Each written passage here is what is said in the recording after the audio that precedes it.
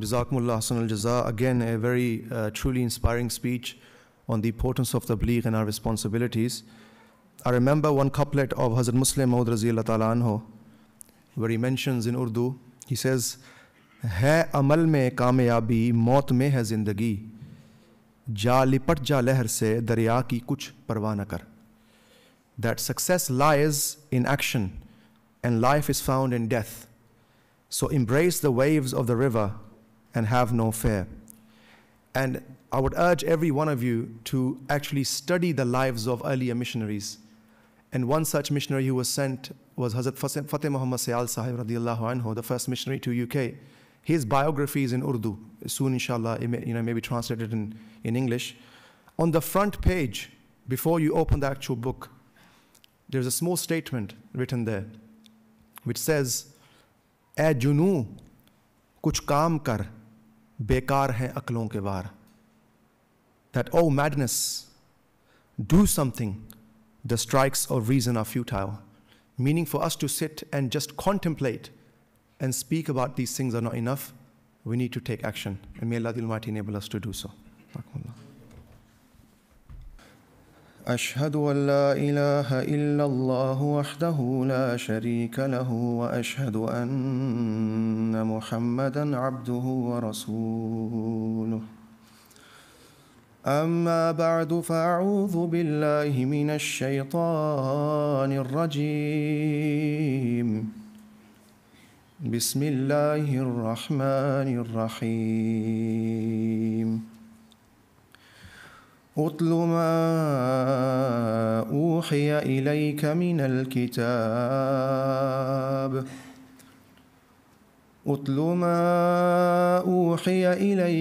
الكتاب وأقم الصلاة إن الصلاة تنهى عن الفحشاء والمنكر ولذكر الله أكبر واللہ یعلم ما تصنعون۔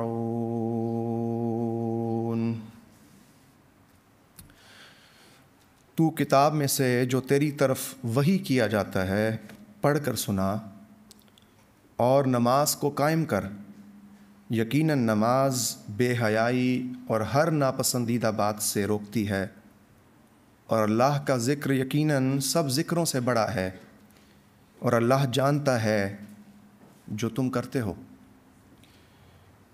اللہ تعالیٰ کے فضل سے کل سے ہمیں یہ توفیق مل رہی ہے کہ ہم مختلف موضوعات پر تقاریر کو سن رہے ہیں، اور خاص طور پر 2 تقاریر جو کل حضرت محمد مصطفیٰ صلی اللہ علیہ وسلم اور آپ کے عاشق صادق حضرت اقدس مسیح موعود علیہ الصلوۃ والسلام کی عبادت، آپ کی نماز کی خوبصورتی پر جو ہوئی ہیں، وہ خاص طور پر ہماری توجہ کے لائق ہیں، اور بار بار انہیں ہمیں سننے کی ضرورت ہے۔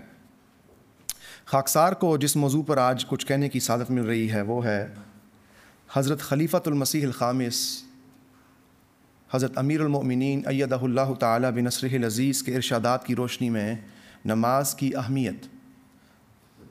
اب سب سے پہلے تو یہ جاننا ضروری ہے کہ حضور انور ایدہ اللہ تعالی بنصرہ العزیز کے ارشادات قرآن پاک اور سنت نبوی صلی اللہ علیہ وسلم کی تفسیر ہی ہیں، جو کہ آپ مختلف پیرائے میں ان ذکر تنفع المؤمنین، یعنی یاد دہانی اور نصیحت مومنوں کو فائدہ پہنچاتی ہے کے تحت حضور اس کی بارہا ہمیں اپنے خطابات کے ذریعہ خطبوں کے ذریعہ توجہ دلاتے رہتے ہیں۔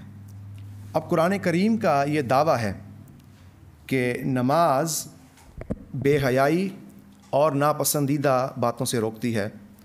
جس زمانے سے ہم گزر رہے ہیں آپ سب اس بات کے شاہد ہیں کہ یہ زمانہ ہر لحاظ سے فحشا اور منکر سے بھرا ہوا زمانہ ہے۔ بے حیائی کا بازار گرم ہے۔ اس زمانے کے متعلق ہمارے ہادی کامل محمد مصطفیٰ صلی اللہ علیہ وسلم نے فرمایا کہ یأتی علی الناس زمان الصابر فیہ علی دینہ کالقابض علی الجمر، کہ ایک ایسا زمانہ آنے والا ہے کہ اس وقت ایمان پر قائم رہنا ہاتھ میں چنگاری پکڑنے کے مترادف ہوگا۔ پھر فرمایا یصبح الرجل مؤمنا ویمسی کافرا، کہ ایک شخص صبح تو اس حالت میں کرے گا کہ مومن ہے اور رات اس حالت میں ہوگا کہ کافر۔ پھر آپ نے فرمایا ان من اشراط الساعۃ ان یرفع العلم ویظہر الجہل ویفشو الزنا، یعنی آخری زمانے کی نشانیوں میں سے علم کا اٹھ جانا، جہالت کا پھیل جانا اور زنا کا عام ہونا ہے۔ یہ سب چیزیں اس زمانے میں ہم نے اپنے سامنے ہوتا دیکھی ہیں۔ سوشل میڈیا کا یہ دور ہے جس کے اندر ہم سب پر یہ چیز واضح ہے کہ کس قدر خطرات کے گرد ہم گھرے ہوئے ہیں۔ پھر حضور صلی اللہ علیہ وسلم نے دجالی فتنے کے متعلق مزید فرماتے ہوئے یہ فرمایا کہ یہ ایسا فتنہ ہے کہ وَمَا مِن نَبِيٍّ إِلَّا أَنذَرَهُ قَوْمَهُ، کہ کوئی ایسا نبی نہیں جس نے اپنی قوم کو اس فتنہ سے آگاہ نہ کیا ہو۔ الغرض اس دجالی چالوں سے بھرے ہوئے زمانے میں پناہ پانے کے لیے جہاں حضرت صلی اللہ علیہ وسلم نے مسیح موعود علیہ الصلاۃ والسلام کی بشارت فرمائی، وہیں آپ علیہ الصلاۃ والسلام کے بعد خلافت اعلیٰ منہاج النبوہ کا بھی ذکر فرمایا۔ اس خلافت حقہ کی ایک نشانی اللہ تعالیٰ نے آیت استخلاف میں یہ بیان فرمائی ہے کہ یعبدوننی لا یشرکون بی شیئا، یعنی اس سچی خلافت کی نشانی یہ ہے کہ اس کے ماننے والے میری حقیقی عبادت کرنے والے ہوں گے اور شرک سے پاک ہوں گے۔ اور اس سچی خلافت کی گواہی اللہ تعالیٰ نے خود قرآن کریم میں فرمائی ہے۔ اب اس بشارت کے ساتھ کہ وہ یعنی اس بشارت جو خلافت کے متعلق ہمیں دی گئی اور جس سے ہم بھرپور فائدہ اٹھا رہے ہیں، اگر اس حدیث کو سامنے رکھا جائے تو ہمیں ہماری ذمہ داریوں کی طرف اور بھی ہماری توجہ بڑھے گی۔ وہ یہ ہے کہ حضور صلی اللہ علیہ وسلم نے فرمایا ان بین الرجل و بین الشرک والکفر ترک الصلاۃ، کہ انسان اور شرک اور کفر کے درمیان فیصلہ کرنے والی چیز نماز ہے۔ حضور انور ایدہ اللہ تعالیٰ بنصر العزیز اس زمانے کے متعلق فرماتے ہیں دنیا میں جہاں بھی ہم نظر ڈالتے ہیں شیطان بازو پھیلائے کھڑا ہے، اس کے حملے، اس کے لالچ اس قدر شدید ہیں کہ سمجھ نہیں آتی ان سے کیسے بچا جائے۔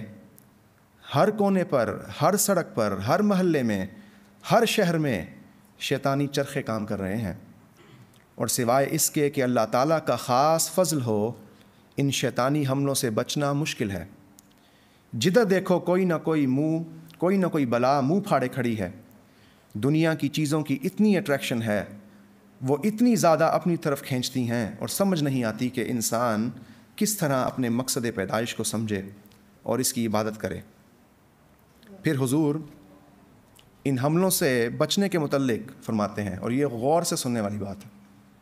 حضور فرماتے ہیں کہ شیطان کے خلاف جنگ کرنے کے لیے جس ہتھیار کی ضرورت ہے وہ نماز ہے، اور شیطان ہمیشہ اس کوشش میں رہے گا کہ یہ ہتھیار مومن سے چھن جائے۔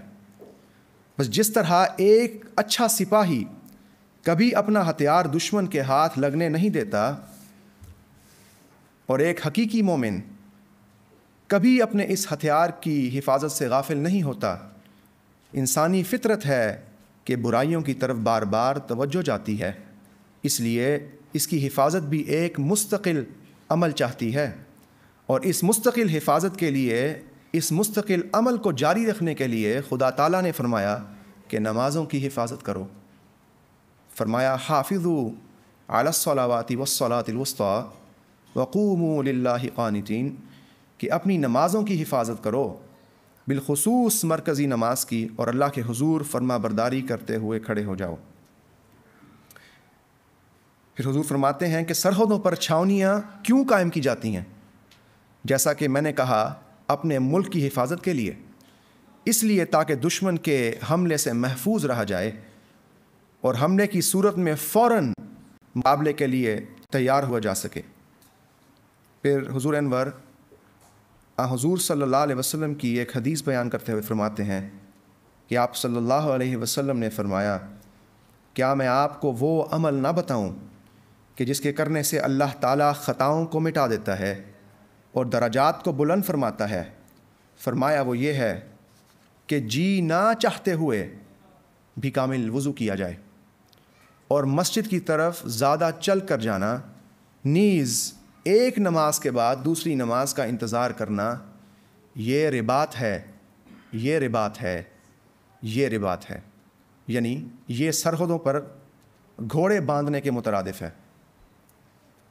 حضرت اقدس مسیح موعود علیہ الصلوۃ والسلام ایک جگہ فرماتے ہیں کہ یاد رکھو کہ اللہ تعالیٰ کو کسی نے چھوڑا تو خدا نے اسے چھوڑ دیا، اور جب رحمان نے چھوڑ دیا تو ضرور شیطان اپنا رشتہ جوڑے گا۔ اور اس کا ذکر اللہ تعالیٰ نے قرآن کریم میں بھی ان الفاظ میں فرمایا، فَلَمَّا أَزَاغُوا أَزَاغَ اللَّهُ قُلُوبَهُمْ، کہ جب وہ ٹیڑھے ہو گئے تو اللہ تعالیٰ نے بھی ان کے دلوں کو ٹیڑھا کر دیا۔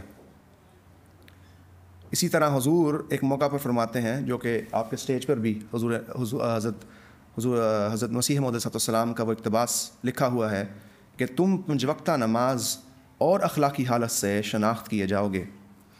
اب قرآن کریم میں اس شناخت کی بھرپور مثالیں بیان کی گئی ہیں۔ سورہ بقرہ کے آغاز میں ہی قرآن کریم نے متقیوں کے لیے ہدایت بتایا، اور اس بات کا بھی ذکر کیا کہ وہ کون لوگ ہیں جو غیب پر ایمان رکھنے والے ہیں۔ اس کے ساتھ فرمایا کہ وہ لوگ ہیں جو نماز کو قائم کرتے ہیں۔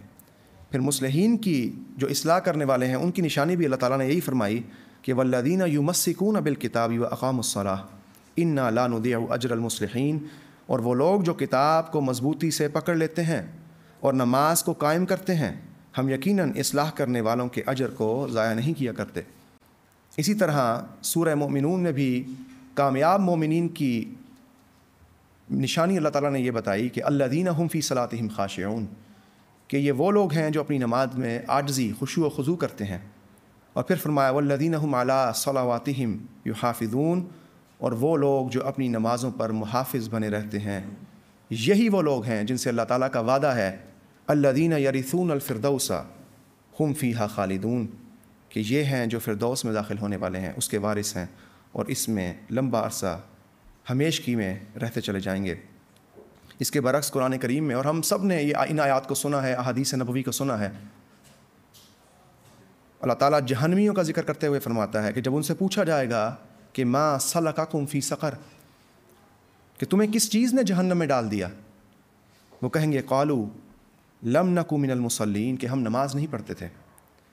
پھر فویل للمصلین الذین هم عن صلاتہم ساہون، بس ان نمازیوں کے لیے ہلاکت ہے جو اپنی نمازوں سے غافل رہتے ہیں۔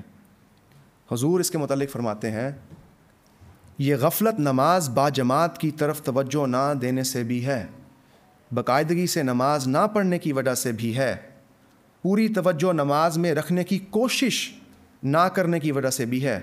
اس میں کوئی شک نہیں کہ نماز میں بعض دفعہ توجہ قائم نہیں رہتی، لیکن بار بار اپنی توجہ کو نماز کی طرف لانا ضروری ہے، اور یہ بھی ایک مطلب ہے اقام الصلاۃ، اور یہ بھی ایک مطلب ہے اقامت الصلاۃ کا، نماز کے کھڑی کرنے کا، نماز کے قیام کا، پس بڑے خوف کا مقام ہے۔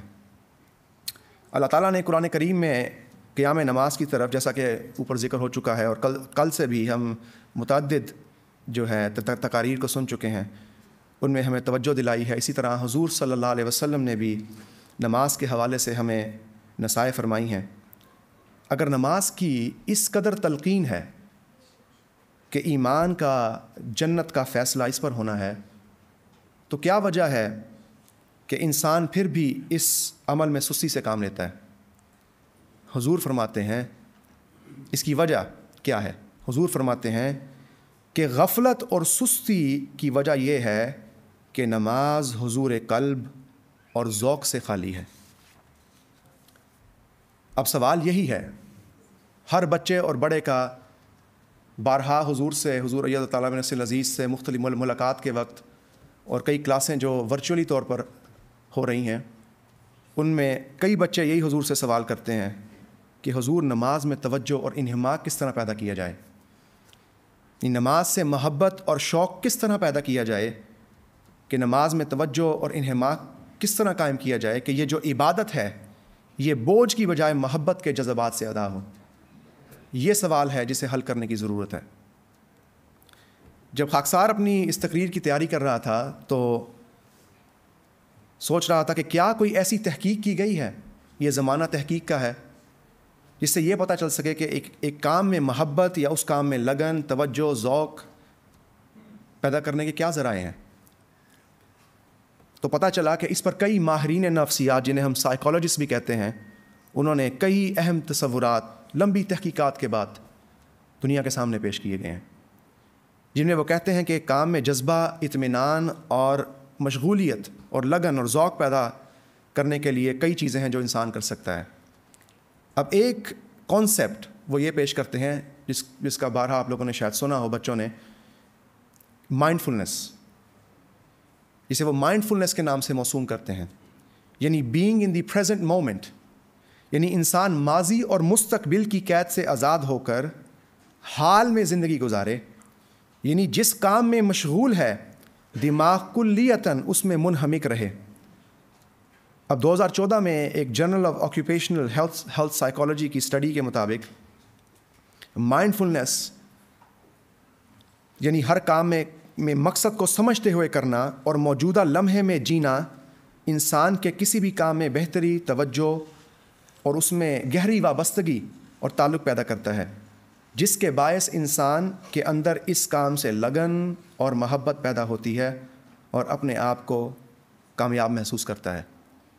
اب اس موضوع کے پیش نظر بارہا خطبات حضور انور ایدہ اللہ تعالیٰ بنصر العزیز نے بیان فرمائے ہیں، جن کے اندر اس بات کا ذکر کیا۔ فرماتے ہیں، حضرت مسیح علیہ السلام کا ایک اقتباس بیان فرماتے ہیں کہ میں نے اپنی جماعت کو یہی نصیحت کی ہے کہ وہ بے ذوقی اور بے حضوری پیدا کرنے والی نمازیں نہ پڑھیں، بلکہ حضور قلب کی کوشش کریں، یعنی کہ جب ایک انسان نماز میں کھڑا ہو تو اس کو اس بات کا احساس ہو کہ وہ کس مقصد کے لیے اور کس وجود کے سامنے کھڑا ہے، جس سے اس کو سرور اور ذوق حاصل ہوگا۔ فرماتے ہیں بلکہ حضور قلب کی کوشش کرے جس سے اس کو سرور اور ذوق حاصل ہوگا۔ اسی طرح فرمایا، میں دیکھتا ہوں کہ نمازوں میں غافل اور سست اس لیے ہوتے ہیں کہ ان کو اس لذت اور سرور سے اطلاع نہیں، یعنی ذوق اور نماز میں سرور حاصل کرنے کا ذریعہ حضور قلب ہے، یعنی مکمل توجہ کا ہونا ضروری ہے، اور غفلت اور سستی اس لذت کو دور کرتی ہے۔ اب اس سے یہ مراد نہیں کہ بے ذوق نماز کی وجہ سے نماز ہی ترک کر دی جائے۔ کسی بھی عمل میں، اور یہ بھی تحقیقات آج کی آپ کے سامنے پیش کرتی ہیں کہ کسی بھی عمل میں پختگی اور مہارت کے لیے اسے لمبا عرصہ کرنے کی ضرورت ہے، جسے ہیبٹ فارمیشن کہتے ہیں، یعنی کسی بھی کام میں کی عادت میں پختہ ہونے کے لیے اس کا تکرار، اس کا بار بار کرنا اور مستقل مزاجی سے کرنا ضروری ہے۔ کل بھی ایک تقریر میں ذکر ہوا کہ اگر بیماری ہے تو اس کے لیے کڑوی دوا پینی ہی پڑے گی۔ اس ضمن میں حضور انور ایدہ اللہ تعالیٰ بنصرہ العزیز پھر حضرت مسیح موعود علیہ السلام کا ایک اقتباس بیان کرتے ہوئے فرماتے ہیں، اسی طرح بے نمازوں کے نزدیک نماز ایک تاوان ہے، یعنی ایک بوجھ ہے کہ ناحق صبح اٹھ کر سردی میں وضو کر کے خواب راحت چھوڑ کر کئی قسم کی آسائشوں کو کھو کر پڑھنی پڑتی ہے۔ حضور فرماتے ہیں اصل بات یہ ہے اسے بیزاری ہے۔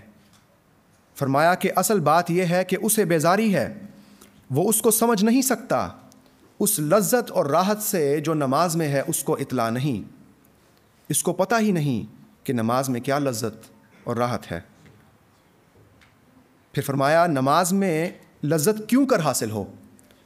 آپ فرماتے ہیں، اور یہ بڑی ایک خوبصورت مثال ہے، حضور فرماتے ہیں کہ میں دیکھتا ہوں کہ ایک شرابی اور نشے باز انسان کو جب سرور نہیں آتا تو وہ پے در پے پیالے پیتا جاتا ہے، یہاں تک کہ اس کو ایک قسم کا نشہ آ جاتا ہے۔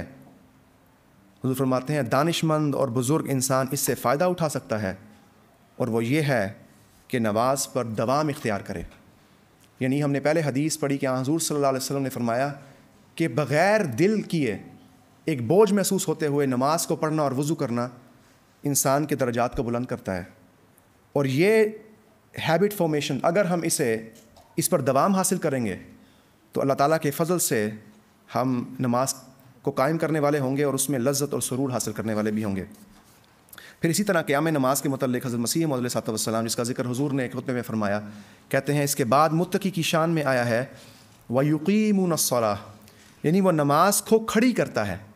یہاں لفظ کھڑی کرنے کا آیا ہے، یہ بھی اس تکلف کی طرف اشارہ کرتا ہے جو متقی کا خاصہ ہے، یعنی جب وہ نماز شروع کرتا ہے، اور اس چیز سے کوئی بھی پاک نہیں ہے، ہم سب اس چیز سے گزرتے ہیں روز کہ نماز کے لیے کھڑے ہوتے ہیں اور مختلف قسم کے وساوس انسان کے ذہن میں آتے ہیں۔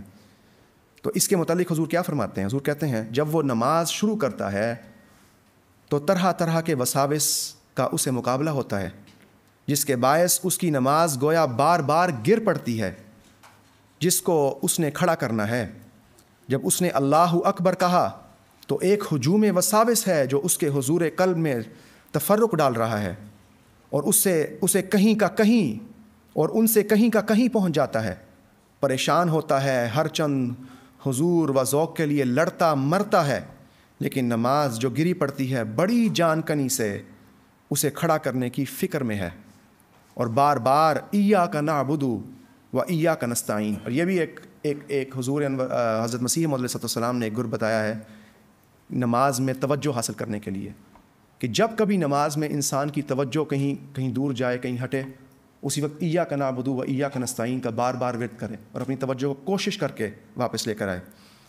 ایاک نعبد و ایاک نستعین کہہ کر نماز کے قائم کرنے کے لیے دعا مانگتا ہے، اور ایسے الصراط المستقیم اہدنا الصراط المستقیم کی ہدایت چاہتا ہے جس سے اس کی نماز کھڑی ہو جائے۔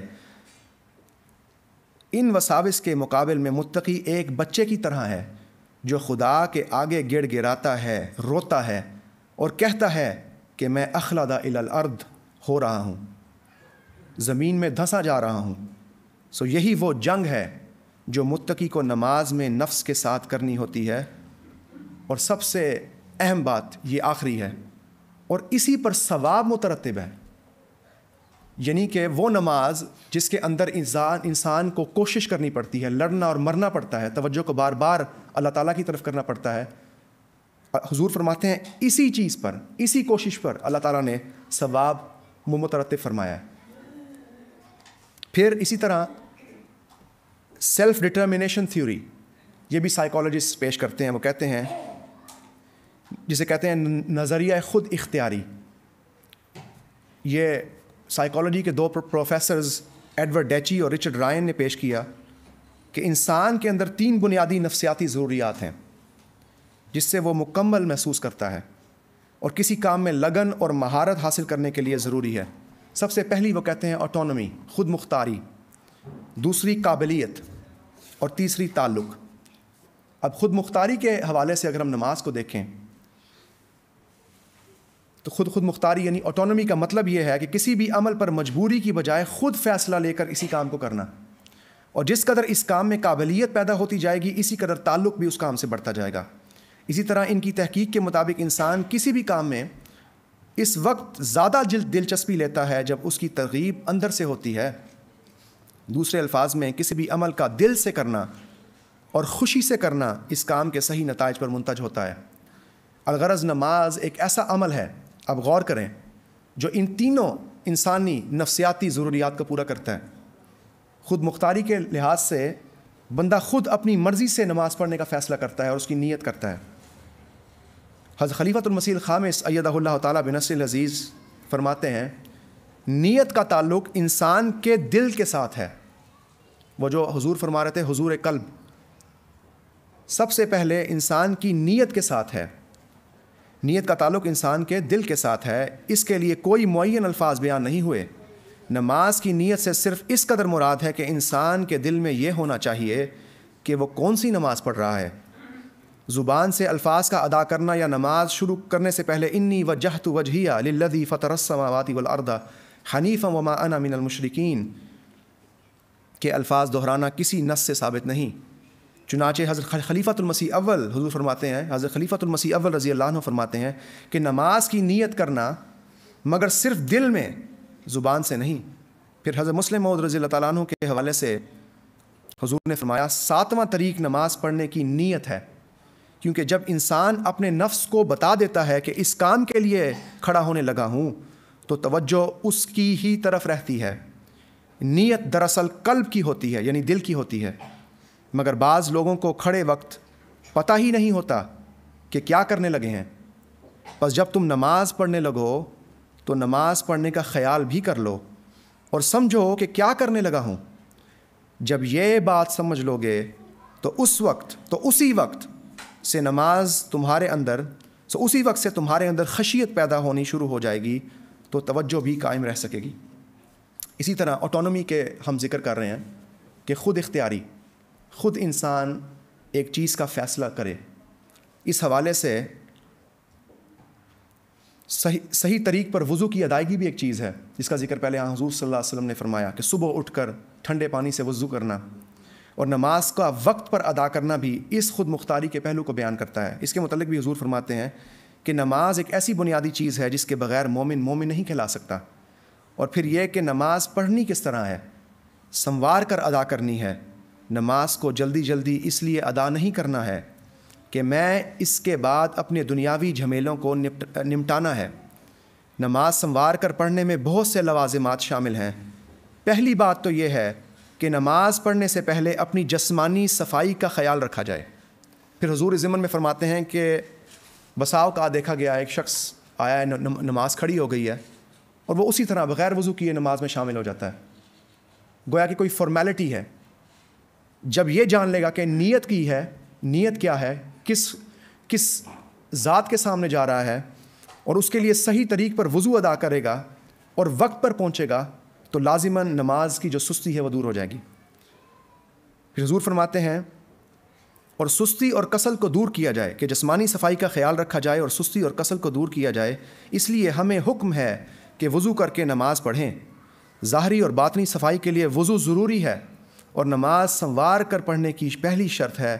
قرآن کریم میں واضح طور پر اس بارے میں ارشاد ہے۔ اللہ تعالیٰ فرماتا ہے یا ایھا الذین آمنوا اذا قمتم الی الصلاۃ فاغسلوا وجوہکم وایدیکم الی المرافق وامسحوا برؤوسکم وارجلکم الی الکعبین، کہ اے مومنو جب تم نماز کے لیے اٹھو تو اپنے منہ بھی اور کہنیوں تک اپنے ہاتھ بھی دھو لیا کرو اور اپنے سروں کا مسح کرو اور ٹخنوں تک اپنے پاؤں بھی دھو لیا کرو۔ تو اس حکم سے واضح ہو گیا کہ اگر پانی کی موجودگی ہے، اسلام اتنا سخت مذہب بھی نہیں، یہ وضو کی ساری شرط پانی کی موجودگی کے ساتھ ہے، تو وضو کرنا ضروری ہے، کیونکہ جہاں یہ صفائی کے لیے ضروری ہے وہاں نماز میں توجہ قائم کرنے کے لیے پوری طرح ہوشیار ہونے کے لیے بھی ضروری ہے۔ اور وضو کرنے کے اہتمام سے نماز سے پہلے ہی یہ احساس پیدا ہو جاتا ہے کہ میں اللہ کے حضور جانے لگا ہوں اور دنیا داری کو جھٹک کر اللہ تعالیٰ کی بارگاہ میں حاضر ہونا ہے، یا اس طرح پاک ہو کر حاضر ہونے کی کوشش کرنی ہے۔ پھر حضور فرماتے ہیں نماز کو سنوار کر ادا کرنے کے سلسلے میں ایک اہم بات جس کا میں اوپر ذکر کر آیا ہوں، وقت پر ادا کرنا ہے، کہ وقت پر نماز پڑھنا ہے۔ یہ وقت پر نماز پڑھنے کا احساس اور عادت ہی اس وصف کو نمایاں کرنے والی ہوگی کہ یہ انسان یا مومن بندہ نماز سنوار کر پڑھنے کی عادت اور خواہش رکھتا ہے اور اس کو اس کی عادت بھی ہے۔ اب اس آٹونومی جس کا ذکر خود مختاری جس کا ذکر ہو چکا ہے، یعنی اس فیصلے کے ذریعے کہ انسان خود نماز پڑھنے کے لیے فیصلہ لیتا ہے، جب سوچ اور سمجھ کر ان الفاظ کو دہراتا ہے تو دوسرا نفسیاتی پہلو جس کا سائیکالوجسٹ ذکر کرتے ہیں وہ ہے کمپیٹنس، جسے کہتے ہیں قابلیت، کسی چیز کو جان کر کرنا، اس کے مقصد کو سمجھ کر کرنا۔ اس قابلیت کو اگر ہم حضرت مسیح موعود علیہ السلام کے الفاظ میں، جو کہ بہت ہی بہتر اور اعلیٰ لفظ ہے قابلیت سے، وہ ہے معرفت الہی، کہ اللہ تعالیٰ کی معرفت، اللہ تعالیٰ کیا ہے، اس کی صفات کو جاننا۔ حضور اسے معرفت الہی کے نام سے موسوم فرماتے ہیں، یعنی اللہ تعالیٰ کی حمد اور اس کی صفات، رب العالمین، مالک یوم الدین، الرحمن الرحیم، ان مطالب پر غور کر کے اللہ تعالیٰ کی معرفت میں ترقی کرتے چلے جانا۔ حضرت خلیفۃ المسیح الخامس ایدہ اللہ تعالیٰ بنصر عزیز اس ضمن میں بھی فرماتے ہیں خدا تعالیٰ کی صفات کو اپنانا یہی محبت کا راز ہے۔ معرفت کے ضمن میں بتایا گیا تھا کہ جب تک تمام صفات کا علم نہ ہو معرفت نہیں ہو سکتی، اور معرفت کے بعد جب انسان مزید آگے بڑھتا ہے تو وہ محبت ہے، اور محبت اسی وقت کامل ہوتی ہے جب اللہ تعالیٰ کی صفات کو اپنایا بھی جائے. یعنی معرفت تک پہنچنا یہ ہے کہ اللہ تعالیٰ کی صفات کیا ہیں، ان کو انسان جانتا ہے، لیکن اس چیز کا، اس معرفت کا محبت میں بدل جانا وہ صرف تب ہوگا جب ہم ان صفات کو اپنائیں گے. صرف علم حاصل کرنا ہی ضروری نہیں، بلکہ اسے اپنایا بھی جائے، اللہ تعالیٰ کے رنگ میں رنگین ہوا جائے، تو پھر اللہ تعالیٰ کا نور حاصل ہوتا ہے. اس علم کی فضیلت اللہ تعالیٰ نے قرآن کریم میں بھی فرمائی ہے. حضور اللہ تعالیٰ فرماتے ہیں قُلْ هَلْ يَسْتَوِي الَّذِينَ يَعْلَمُونَ وَالَّذِينَ لَا يَعْلَمُونَ، کہ کیا وہ لوگ جو علم رکھتے ہیں، اللہ تعالیٰ کی معرفت رکھتے ہیں، اور جو نہیں رکھتے، کیا وہ برابر ہو سکتے ہیں؟ پھر اللہ تعالیٰ فرماتے، پھر اسی ضمن میں کیا اس شخص کی نماز جو نماز کے مطالب سے واقف ہے اس شخص کے برابر ہو سکتی ہے جو صرف الفاظ کو دہراتا ہے اور نہیں جانتا کہ کیا کہہ رہا ہے؟ اسی طرح حضور فرماتے ہیں، حضرت خلیفۃ المسیح الخامس ایدہ اللہ تعالیٰ بنصر العزیز فرماتے ہیں کہ آیت کریمہ انما یخشی اللہ من عبادہ العلماء، یعنی اللہ تعالیٰ سے اس کے بندوں میں سے وہی ڈرتے ہیں جو صاحب علم ہیں.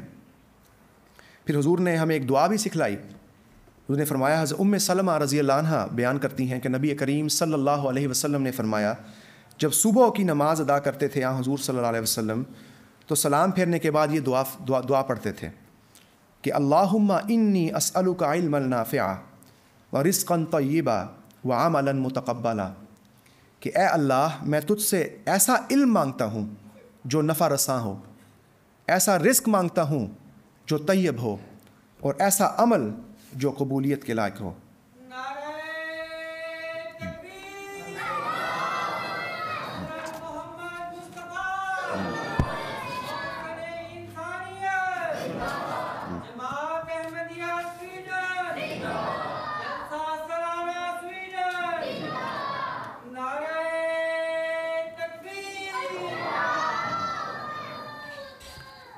اب انسان کی تیسری نفسیاتی ضرورت جس کا ذکر سائیکالوجسٹ کرتے ہیں وہ ہے تعلق، کسی بھی کام سے گہرا تعلق.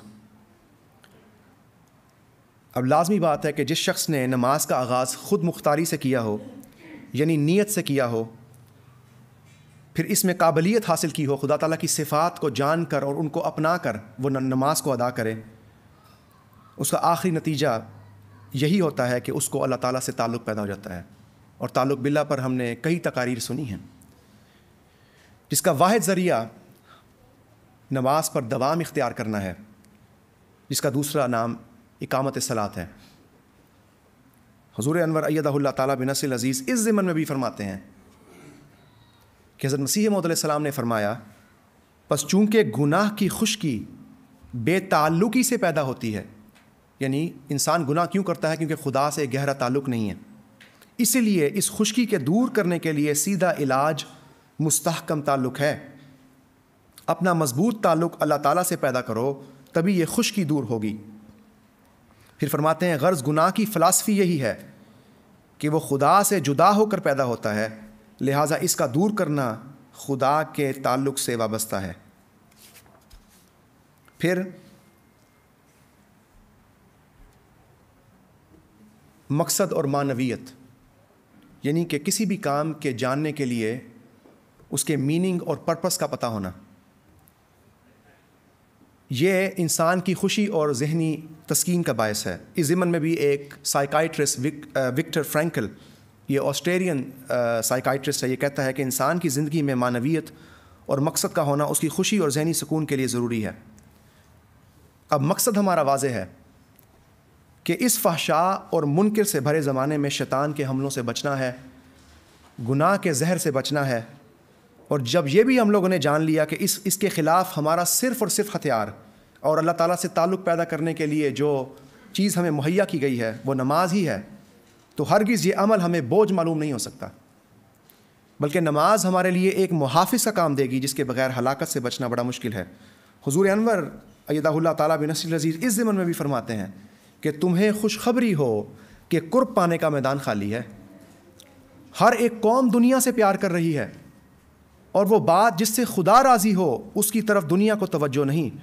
وہ لوگ جو پورے زور سے اس دروازے میں داخل ہونا چاہتے ہیں ان کے لیے موقع ہے کہ اپنے جوہر دکھلائیں اور خدا سے خاص انعام پائیں. پھر حضور فرماتے ہیں کہ حضرت مسیح السلام نے مزید فرمایا کہ وہ قرب کس طرح حاصل ہو سکتا ہے کہ جس کا میدان خالی ہے. انسان کبھی خدا تعالیٰ کا قرب حاصل نہیں کرتا جب تک اقام الصلاۃ نہ کرے. پھر نماز کی روح کے متعلق حضور فرماتے ہیں کہ نماز کی روح اور مقصد کو حاصل کرنے کی کس طرح کوشش کرنی چاہیے.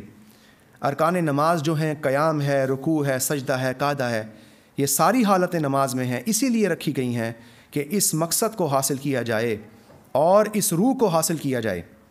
ہم میں سے وہ جنہیں حضور انور ایدہ اللہ تعالیٰ بنصر العزیز کے پیچھے نماز پڑھنے کا موقع ملا ہے، اس بات کے گواہ ہیں کہ ہر رکن نماز کا حق ادا ہوتا ہے اور ایک عجیب قسم کی سکینت اور سکون اس نماز میں ہے اور وقت کا احساس نہیں رہتا. اس کی کیا وجہ ہے؟ اس کی وجہ یہی ہے کہ نماز کا حق ادا ہو رہا ہے. اگر کسی چیز کو ہم نماز کہہ سکتے ہیں تو یہی وہ نماز ہے جس کے پڑھنے کا حضرت مسیح موعود علیہ السلام نے ذکر فرمایا کہ حضور قلب کی کوشش کریں جس سے ان کو سرور اور ذوق حاصل ہو. اس کا طریقہ حضور انور ایدہ اللہ تعالیٰ بنصر العزیز نے حضرت مسیح موعود علیہ السلام کے حوالے سے بھی بیان فرمایا کہ اپنی زبان میں دعائیں کیا کرو. حضرت مسیح موعود علیہ السلام فرماتے ہیں کہ 5 وقت اپنی نمازوں میں دعا کرو. اپنی زبان میں بھی دعا کرنی منع نہیں ہے.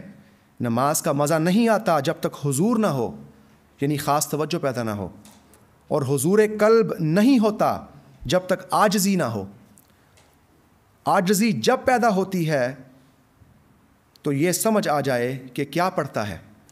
اس لیے اپنی زبان میں اپنے مطالب پیش کرنے کے لیے جوش اور اضطراب پیدا ہو سکتا ہے، مگر اس سے ہرگز نہیں سمجھنا چاہیے کہ نماز کو اپنی زبان میں ہی پڑھو.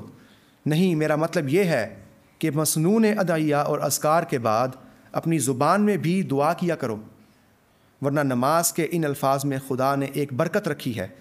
نماز دعا ہی ہے، نماز دعا ہی کا نام ہے، اس لیے اس میں دعا کرو کہ تم کو دنیا اور آخرت کی آفتوں سے بچاوے اور خاتمہ بالخیر ہو. اب آخری چیز جس کا میں ذکر کرنا چاہتا ہوں ان سب کاوشوں کے بعد،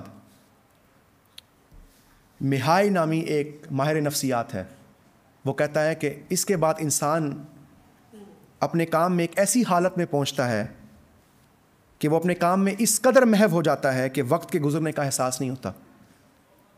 یعنی اسے یہ محسوس اسے یہ غم یا یہ توجہ نہیں ہوتی کہ میں نے کوئی اور کام بھی کرنا ہے.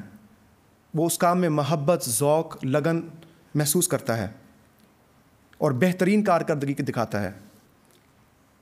اگر انسان نماز کے مقصد کو سمجھ لے اور اس عمل میں دوام حاصل کر لے، تب انسان کی نماز میں وہ لمحہ ہوتا ہے کہ اسے نماز جو ہے وہ بوجھ نہیں لگتی اور نہ ہی اس عمل میں وقت کا احساس رہتا ہے. اگر اللہ تعالیٰ پر ہمیں ایمان ہے کہ وہ مالک ہے، رازق ہے اور وقت میں بھی برکت اللہ تعالیٰ نے ہی ڈالنی ہے، کہ اللہ تعالیٰ کا ہی یہ کام ہے کہ ہر کام میں وہ برکت ڈالے، تو جلدی کی نماز کام میں برکت کا باعث ہرگز نہیں ہو سکتی. ماہر نفسیات ان حالتوں کا نام جو مرضی رکھیں، لیکن اس نماز کا مشاہدہ ہر انسان نے کیا ہے جسے، جیسا کہ میں نے ذکر کیا، حضرت خلیفۃ المسیح الخامس ایدہ اللہ تعالیٰ بنصرہ العزیز کے پیچھے نماز پڑھنے کا موقع ملا ہے. حضرت مسیح موعود علیہ السلام اس حالت کو حضور قلب کے نام سے موسوم کرتے ہیں. وہ کیفیت جو نماز کو وقت کی قید سے آزاد کر کے ایک نہایت انتہائی سکون اور روحانی لذت کی صورت اختیار کرتی ہے. قیام اللیل، تہجد، نوافل، یہ حالت فرض نماز کی ہی برکت سے انسان کو حاصل ہو سکتی ہے. میں اپنی گزارشات کو جلد مختصر کر کے ختم کرتا ہوں. نماز کی اس حالت کے متعلق حضور انور ایدہ اللہ تعالیٰ بنصرہ العزیز عبادت کے معیار بیان کرتے ہوئے فرماتے ہیں کہ حضور صلی اللہ علیہ وسلم ایک رات عبادت کے لیے کھڑے ہوئے، اور یہ روایت حضرت عوف بن مالک اشجعی رضی اللہ عنہ کی ہے کہ آپ نے پہلے سورہ بقرہ پڑھی. آپ صلی اللہ علیہ وسلم کسی رحمت کی آیت سے نہیں گزرتے تھے مگر وہاں رک کر دعا کرتے تھے، اور آپ صلی اللہ علیہ وسلم کسی عذاب کی آیت سے نہیں گزرتے تھے مگر رک کر اللہ تعالیٰ کی پناہ مانگتے تھے. پھر قیام کے بعد برابر آپ صلی اللہ علیہ وسلم نے رکوع فرمایا، جتنی دیر کھڑے تھے تلاوت کی اتنی ہی دیر رکوع کیا جس میں تسبیح و تحمید کرتے رہے. پھر قیام کے برابر سجدہ کیا، سجدے میں بھی یہی تسبیح دعا پڑھتے رہے. پھر کھڑے ہو کر سورہ آل عمران پڑھی اور اس کے بعد ہر رکعت میں ایک ایک سورہ پڑھتے رہیں۔ تو یہ ہے حضور صلی اللہ علیہ وسلم کی نماز۔ اس کے متعلق حضور فرماتے ہیں تو یہ رک رک کر سمجھ کر رحمت اور عذاب کے موقعوں پر دعا کر کے پناہ مانگ کر آپ صلی اللہ علیہ وسلم کا اس طرح غور کرنا اور پناہ مانگنا، یہ رکنا، یہ غور بھی کوئی معمولی نہیں ہوتا، یہ دعائیں بھی، یہ غور بھی بہت اعلیٰ معیار کا تھا جس تک انسان کی شاید سوچ بھی پہنچنی بہت مشکل ہے۔ تبھی تو حضرت عائشہ رضی اللہ عنہا نے فرمایا ہے کہ ان کی نمازوں کے حسن کے بارے میں مجھ سے نہ پوچھو، وہ بیان ہی نہیں کی جا سکتی۔ حضور فرماتے ہیں کہ اس گواہی کا اللہ تعالیٰ نے قرآن پاک میں بھی ذکر فرمایا ہے۔ سورہ شعراء میں اللہ تعالیٰ فرماتا ہے الذی یراک حین تقوم وتقلبک فی الساجدین، یعنی جو دیکھ رہا ہوتا ہے جب تو کھڑا ہوتا ہے اور سجدہ کرنے والوں میں تیری بے قراری کو بھی۔ بس جس کو خدا تعالیٰ یہ سند دے دے، حضور فرماتے ہیں بس جس کو خدا تعالیٰ یہ سند دے دے کہ تمام سجدہ کرنے والوں میں تیرے جیسا بے قرار سجدہ کرنے والا کوئی نہیں۔ جب تو کھڑا ہوتا ہے، تیرا کھڑا ہونا عبادت کے لیے بھی خدا کی خاطر ہے، عبادت کے لیے ہے۔ جب تیرا سجدہ ہوتا ہے تو وہ بھی خدا اور صرف خدا کے لیے ہے، اور اس کے آگے جھکنے کے لیے ہے، اس کا رحم حاصل کرنے کے لیے ہے، اپنے لیے بھی اور اپنی امت کے لیے بھی۔ تو ایسے شخص کے بارے میں کون کہہ سکتا ہے کہ وہ دنیاوی لذات کے پیچھے چلنے والا تھا یا ہو سکتا ہے۔ اس ضمن میں آخری بات ہمارے بچوں کے متعلق ہے کہ اگر ہم چاہتے ہیں کہ ہم اپنے بچوں کو اس زمانے، اس دجالی زمانے کے جو مصیبتیں ہیں ان سے بچا لیں تو اس کا واحد ذریعہ بھی نماز ہی ہے۔ اب اس ضمن میں بھی ڈیولپمنٹ سائیکالوجی کی تحقیقات یہی بتاتی ہیں ہمیں کہ بچے سننے سے زیادہ امیٹیٹ کرتے ہیں، یعنی کہ بچے بہترین نقال ہیں، بغیر کچھ کہے وہ ماں باپ کے عملوں کو دیکھتے ہیں اور اس کے مطابق کرتے ہیں۔ جس کے پاس اولاد ہے وہ اس بات کے شاہد ہیں۔ اس کے متعلق حضور ہمیں نصیحت کرتے ہوئے فرماتے ہیں اگر ماں باپ ہی نمازوں کے پابند نہ ہوں گے تو بچوں کو کس طرح کہہ سکتے ہیں، یا اگر بچے اپنے اجلاسوں میں، یا آج ہم اس مبارک جلسے کے موقع پر مختلف تقاریر کو سن رہے ہیں کہ اگر بچے اپنے اجلاسوں یا مختلف ذریعوں سے یہ حدیث سن لیں کہ حضرت صلی اللہ علیہ وسلم کا ارشاد سن لیں، لیکن گھر میں وہ اپنے باپوں کو نمازوں کا پابند نہ دیکھیں تو ان پر کیا اثر ہوگا؟ یقیناً ایسے باپوں کے بچے یہ خیال کریں گے کہ اس حکم کی کوئی اہمیت نہیں ہے، بلکہ ایک حکم کی اہمیت کو نظر انداز کرنے سے بچے کے دل پر ہر اسلامی حکم کی اہمیت کا اثر ختم ہو جائے گا۔ ایسے لوگ نہ صرف پھر حضرت صلی اللہ علیہ وسلم کے ارشاد کے مطابق خود گھاٹا پانے والوں میں شامل ہوتے رہیں گے، بلکہ اپنی اولاد کو بھی گھاٹا پانے والوں میں شامل کروا رہے ہوں گے۔ فرماتے ہیں دنیاوی خواہشات کے پورا کرنے کے لیے، بچوں کی دنیاوی ترقی کے لیے تو ماں باپ فکر کا اظہار کر رہے ہوتے ہیں، لیکن جو اصل فکر کا مقام ہے اس کی پرواہ بھی نہیں کرتے۔ الغرض میں نے اپنی تقریر کے آغاز میں قرآن کریم کا یہ دعویٰ پیش کیا تھا کہ نماز بے حیائی اور برے کاموں سے روکتی ہے۔ اس دعوے کو آج ہم نے اس ویسٹرن دنیا میں یا جہاں کہیں بھی ہم مقیم ہیں، اس کو ہم نے ثابت کرنا ہے، اور ہماری نمازوں کا معیار ہمارے اعمال سے دکھائی دے گا۔ اس کی ایک مثال حضرت خلیفۃ المسیح الخامس ایدہ اللہ تعالیٰ بنصر العزیز نے حضرت مسیح موعود علیہ السلام کے ایک صحابی جن کا نام منشی عطا محمد صاحب پٹواری تھا کے متعلق لکھا۔ حضور نے فرمایا کہ منشی عطا محمد صاحب پٹواری حضرت مسیح علیہ السلام کی بیعت سے پہلے ضلع گرداسپور میں ایک پٹواری تھے، تو انہیں ایک احمدی قاضی نعمت اللہ صاحب خطیب بٹالوی بہت تبلیغ کیا کرتے تھے، مگر یہ پرواہ نہیں کرتے تھے۔ ایک دن وہ تبلیغ سے اس قدر تنگ آ گئے کہ انہوں نے کہا چلو ٹھیک ہے، میں تمہارے مرزا صاحب کو خط لکھ کر ایک بات کے لیے، دعا کے لیے کہتا ہوں، اگر یہ کام ہو گیا تو میں سمجھ لوں گا اور مان لوں گا کہ وہ سچے ہیں، وہ اللہ تعالیٰ کی طرف سے ہیں۔ چنانچہ انہوں نے حضرت مسیح موعود علیہ السلام کو ایک خط لکھا کہ آپ کا دعویٰ مسیح موعود اور ولی اللہ ہونے کا دعویٰ ہے، اور ہم جانتے ہیں اور سنتے آئے ہیں کہ ولیوں کی دعائیں اللہ تعالیٰ سنتا ہے، تو آپ میرے لیے دعا کریں کہ خدا مجھے خوبصورت، اب ڈیٹیل دے رہے ہیں حضرت مسیح کو، کہ خدا مجھے خوبصورت صاحب اقبال لڑکا جس بیوی سے میں چاہوں عطا کرے. ان کی ایک سے زیادہ بیویاں تھیں. میں چاہتا ہوں کہ بڑی بیوی کے بطن سے لڑکا ہو. حضور علیہ السلام کا جواب آیا کہ دعا کی گئی ہے اللہ تعالیٰ آپ کو فرزند ارجمند صاحب اقبال خوبصورت لڑکا جس بیوی سے آپ چاہتے ہیں عطا کرے گا، مگر شرط یہ ہے کہ آپ زکریا والی توبہ کریں، حضرت زکریا علیہ السلام والی توبہ کریں.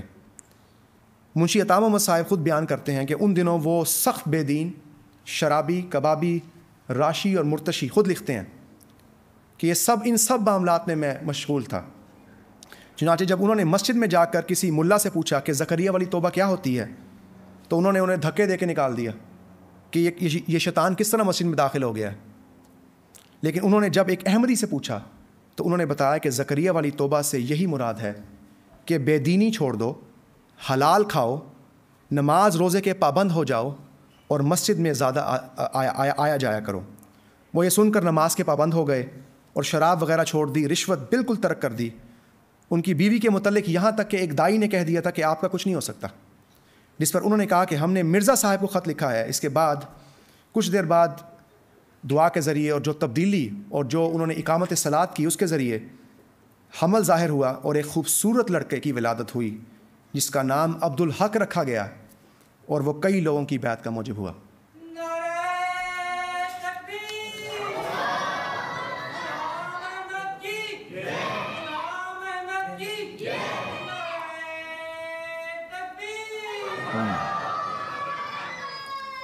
اب جہاں یہ واقعہ حضرت مسیح موعود علیہ الصلوۃ والسلام کی دعاؤں کی فضیلت کو ظاہر کرتا ہے، وہیں یہ واقعہ یہ بھی بتاتا ہے کہ انسان کو دعا کی قبولیت کے لیے کئی شرائط کا پورا کرنا ضروری ہے اور حقیقی توبہ کرتے ہوئے نماز کا التزام کرنا ضروری ہے. جہاں ان کی توبہ اور نماز فحشاء اور منکر سے نجات کا باعث ہوئی، وہیں یہ تبدیلی اللہ تعالیٰ کے مزید انعامات اور ان کے اور اللہ تعالیٰ کے فضل کا باعث بھی بنی. حضرت مسیح موعود علیہ الصلوۃ والسلام اپنی جماعت کو نصیحت کرتے ہوئے فرماتے ہیں نمازوں کو باقاعدہ التزام سے پڑھو. بعض لوگ صرف ایک ہی وقت کی نماز پڑھ لیتے ہیں، وہ یاد رکھیں کہ نمازیں معاف نہیں ہوتیں، یہاں تک کہ پیغمبروں تک کو معاف نہیں ہوئیں. ایک حدیث میں آیا ہے کہ رسول اللہ صلی اللہ علیہ وسلم کے پاس ایک جماعت آئی، انہوں نے نماز کی معافی چاہی. آپ صلی اللہ علیہ وسلم نے فرمایا کہ جس مذہب میں عمل نہیں وہ مذہب کچھ نہیں. اس لیے اس بات کو خوب یاد رکھو اور اللہ تعالیٰ کے احکام کے مطابق اپنے عمل کر لو. میں اپنی ان گزارشات کا اختتام حضرت مسیح موعود علیہ الصلوۃ والسلام کی ایک دعا سے کرنا چاہتا ہوں، اس کا ذکر حضور انور ایدہ اللہ تعالیٰ بنصر العزیز نے اپنے خطبہ جمعہ میں فرمایا. حضرت مسیح موعود علیہ السلام فرماتے ہیں کہ نمازوں کے ایسے ذوق اور حضور کی کیفیت بھی خدا تعالیٰ کے فضل سے ہی ملتی ہے، اس لیے تم سب سے پہلے یہی دعا خدا سے کرو. اب یہ جو الفاظ ہیں یہ قبولیت والے الفاظ ہیں. اگر ہم ان کو یاد کر کے انہی الفاظ میں دعا کریں گے تو خاص طور پر اللہ تعالیٰ ہماری دعاؤں کو سنے گا. حضور فرماتے ہیں کہ دعا یہ کرو، اے اللہ تو مجھے دیکھتا ہے کہ میں کیسا اندھا اور نابینا ہوں اور میں اس وقت بالکل مردہ حالت میں ہوں. میں جانتا ہوں کہ تھوڑی دیر بعد مجھے آواز آئے گی تو میں تیری طرف آ جاؤں گا، یعنی اس دنیا سے رخصت ہونے کا بلاوا آ جائے گا. اس وقت مجھے کوئی روک نہ سکے گا، لیکن میرا دل اندھا اور ناشناسا ہے. تو ایسا شعلہ نور اس پر نازل کر کہ تیرا انس اور شوق اس میں پیدا ہو جائے. تو ایسا فضل کر کہ میں نابینا نہ اٹھوں اور اندھوں میں نہ جا ملوں. فرمایا جب اس قسم کی دعا مانگے گا اور اس پر دوام اختیار کرے گا، یعنی باقاعدگی اختیار کرے گا، تو وہ دیکھے گا کہ ایک وقت اس پر ایسا آئے گا کہ اس بے ذوقی کی نماز میں ایک چیز آسمان سے اس پر گرے گی جو رکت پیدا کر دے گی. اور حضور کے الفاظ میں میں کہتا ہوں اللہ تعالیٰ ہم سب کو ایسی نماز نصیب فرمائے. وآخر دعوانا ان الحمد للہ رب العالمین.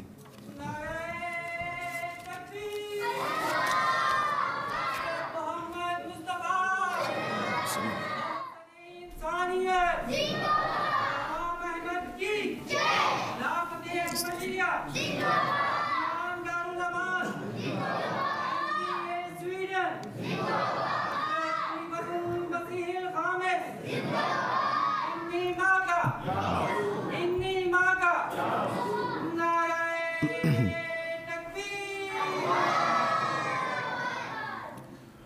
اب ہم اس اجلاس کے اختتام کی طرف جا رہے ہیں. we're going towards the conclusion of this session.